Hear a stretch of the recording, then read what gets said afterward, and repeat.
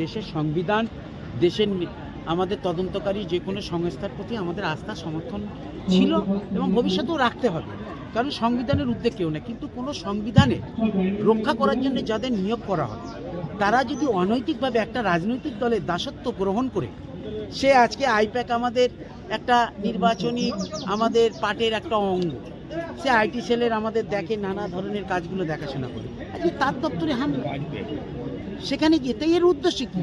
মানে কি টাকা রাখা আছে না সোনা রাখা আছে না দলের কার কি পারফরমেন্স, কোন পার্টি কোন বুথের কি, সেখানে সেই সমীক্ষা দলের কি নির্দেশ, যেরকম আমরা উন্নয়নের পাঁচালী মুখ্যমন্ত্রীর নির্দেশে করছি কীভাবে কাজ করবো সেখানে গিয়ে মানে তৃণমূল কংগ্রেসকে ডুয়ার ডাই 2026-এ দিল্লির মতন আপের মতন আমাদেরকে এখান থেকে হটাতে হবে।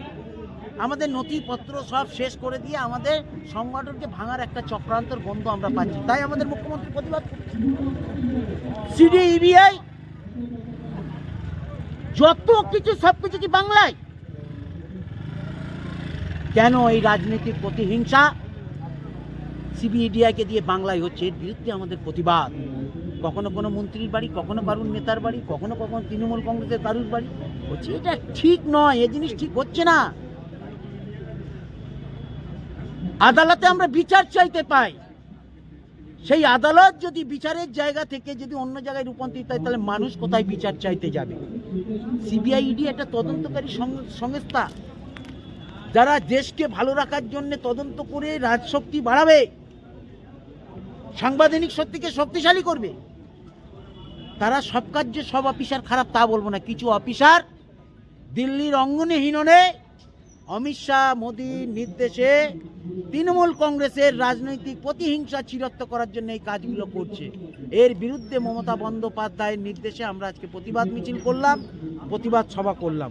পরবর্তী দিনে নেত্রী যে নির্দেশ দেবে অপেক্ষায় রইলাম। এই অন্যায়ের বিরুদ্ধে আমাদের তৃণমূল কংগ্রেসের লড়াই চলবে। এটা দিল্লি না, এটা বাংলা। বাংলায় তৃণমূল কংগ্রেসকে দমানো যাবে না। ইডি সিবিআই দিয়ে 2021-এ প্রমাণ করেছি, 2024-এ প্রমাণ করেছি, 2026-এ প্রমাণিত হবে। যত ইডিআই সিবিআই এই কাজ করবে তৃণমূলের শক্তি বাড়বে।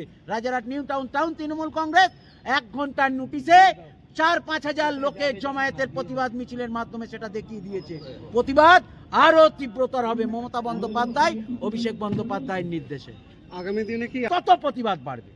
যত সিবিআই ইডিকে দিয়ে নোংরামো করাবে অমিত শাহ মোদি, তত প্রতিবাদ বাড়বে, তত বিজেপি শূন্য হবে 2026।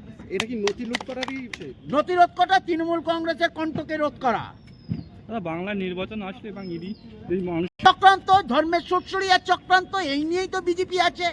জনহিতকর কার্যকলাপ, মানুষের পাশে থেকে মানুষের কাজ করা কোন জায়গায় আছে? একটা নথি তুলে ধরুক না।